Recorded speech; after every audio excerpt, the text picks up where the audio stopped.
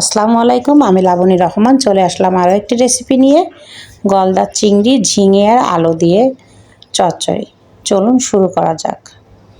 প্রথমে আমি ফ্রাই প্যানে তেল দিয়ে ওর মধ্যে একে একে মশলা দিয়ে দিয়েছি। আদা, রসুন, পেঁয়াজ, কাঁচামরিচ, জিরে বাটা দিয়ে আমি মশলাগুলো কষিয়ে নিয়েছি।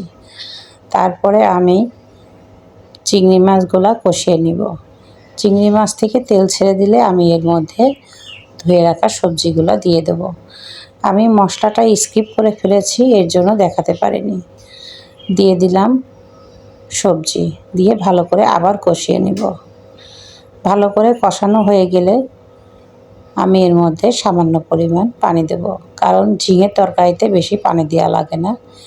ঝিঙে থেকে এমনিতেই পানি বের হয়। গরমের দিনে খুব বেশি তরকারি খেতেও ভালো লাগে না, এই জন্য সবজিটি রান্না করেছি। দিয়ে দিলাম সামান্য পরিমাণ পানি। ভালো করে নেড়ে আমি জাল করব।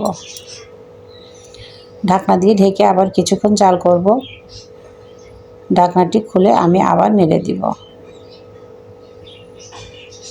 বারবার ঢাকনাটি খুলে নাড়ব। খুব বেশিক্ষণ ঝিঙেতে সময় লাগে না, অল্প সময়ের মধ্যেই ঝিঙে রান্না হয়ে যায়। ঢাকনা দিয়ে ঢেকে আবার কিছুক্ষণ জাল করব। আবার একটু নেড়ে দিব। পানি শুকিয়ে আসলে আমি তরকারিটি নামিয়ে দিব। আবার একটু ঢাকনা দিয়ে ঢেকে দিব। এ পর্যায়ে আমার পানিগুলো শুকিয়ে গিয়েছে, এর মানে আমার সবজিটি রান্না হয়ে গেছে। গরমের দিনে গরম গরম ভাতের সাথে পরিবেশন করুন ঝিঙে আর গলদা চিংড়ির তরকারি।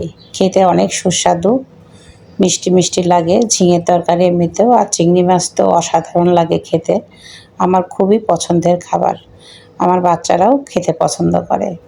আমার ভিডিওটা যদি আপনাদের ভালো লেগে থাকে তাহলে like, comment, share and subscribe করে দিবেন। ভালো থাকুন, সুস্থ থাকুন। আল্লাহ হাফেজ।